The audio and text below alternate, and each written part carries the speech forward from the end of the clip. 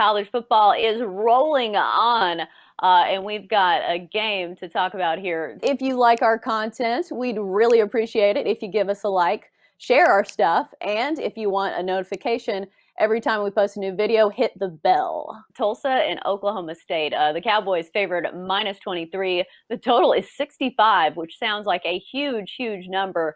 But I think there's a bit of a mismatch when it comes to this Tulsa defense, who allowed 31 points per game, and they also lost 7 of their top 10 tacklers from last season.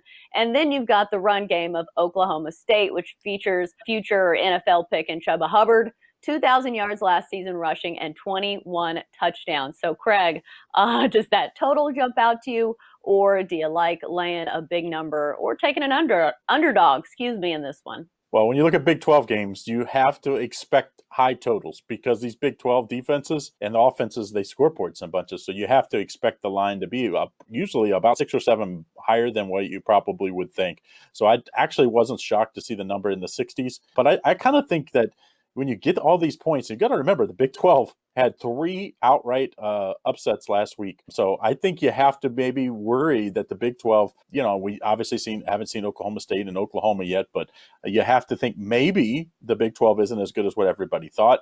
And, Tulsa, they always historically can score.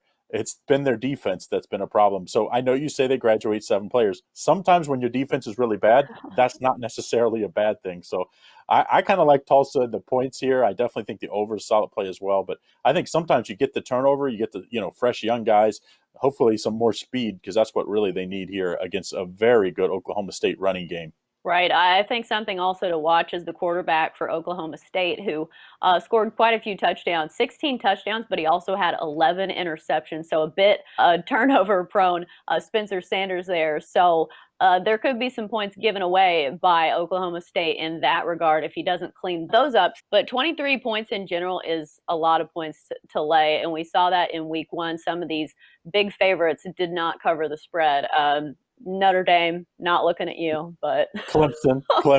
Oh, Clemson should have had it. I don't want to talk about that one. Exactly, though. But that's what happens in these big lines.